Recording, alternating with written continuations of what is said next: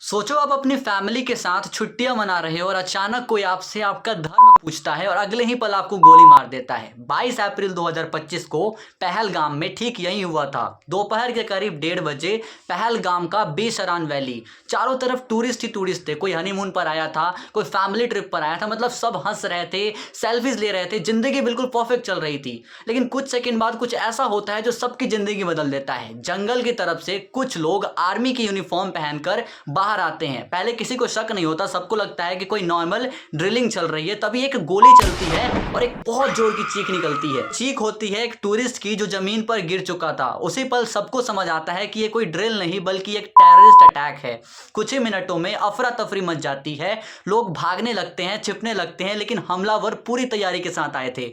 उन्होंने टूरिस्ट को चारों तरफ से घेर लिया और एक एक करके उनसे धर्म पूछना शुरू किया। ऐसी एक फैमिली हॉलीडे मनाने आई थी, जिनसे एक आतंकवादी सवाल पूछता है कि आप हिंदू हो या मुसलमान।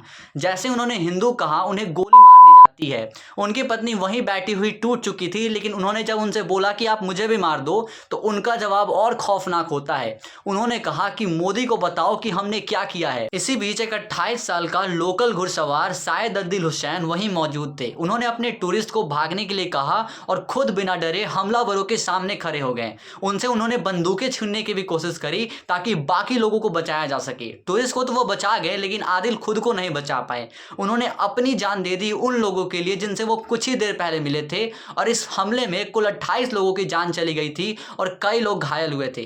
कुछ जवान, कुछ अधिकारी और कई मासूम टूरिस्ट। ये लोग सिर्फ घूमने आए थे, ना किसी से दुश्मनी, ना कोई गलती, लेकिन फिर भी ये उस नफरत का शिकार हो गए जिसमें इनकी कोई गलती नहीं थी। लेकिन सवाल ये है कि क्या इंसानियत से बड़ा कोई धर्म होता है? कुछ लोगों की वजह से एक या दो कम्युनिटी बदनाम हो जाती है, लेकिन सच ये है कि हर धर्म में आदिल जैसे लोग भी होते हैं जो इंसानियत को सबसे ऊपर रखते हैं।